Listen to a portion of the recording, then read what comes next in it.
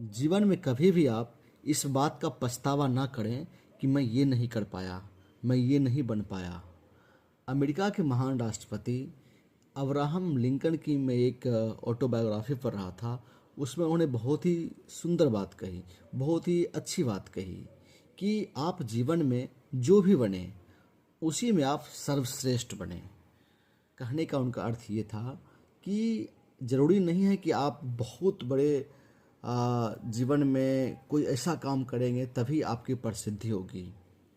उनका कहने का अर्थ ये था कि आप छोटे काम करके भी आप उसमें सर्वश्रेष्ठ बन सकते हैं। चाहे आप एक शिक्षक हों, चाहे आप एक वकील हों, आप एक छात्र हों, चाहे आप गृहिणी हों, चाहे आप नौकरी पेशा हों, या आप एक किसान ही क्यों ना हो।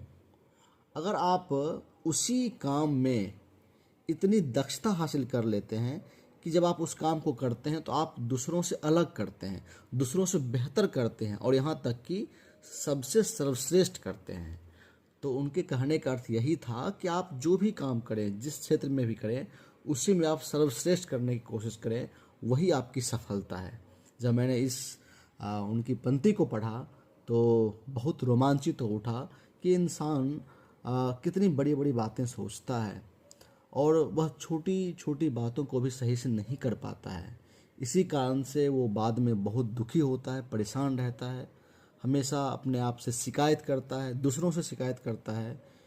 इसीलिए हमें अक्सर कहा जाता है कि हमें महान लोगों की ऑटोबायोग्राफी, उनकी किताबें पढ़नी चाहिए।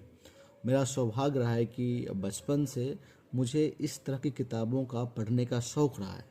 मैं हमेशा इस बात की तलाश में रहता था, मैं ढूंढता रहता था, अंदर से उत्सुकता होती थी, अंदर से एक जिज्ञासा होती थी कि दुनिया में इतने जो महान लोग हुए हैं, आखिर वो कैसे हुए हैं, आखिर उनके पीछे क्या राज है, वो किस तरह से इतने बड़े लोग हो गए, इतने महान हुए हैं। तो मैं उनकी बायोग्राफी, कभी ऑटोबायोग्राफी पढ़ा करता था। तो उसी पढ़ने के क्रम में मैंने दुनिया के लगभग बहुत सारे महान लोगों की बायोग्राफी, उनकी जीवनी को पढ़ा तो बहुत कुछ सीखने को मिला। और इतनी सारी किताबें पढ़ने के बाद एक बात मैं आपसे दावे के साथ कह सकता हूँ कि जितने भी महान लोग हुए हैं ना, वो भी हमारी तरह ही साधारण लोग थे।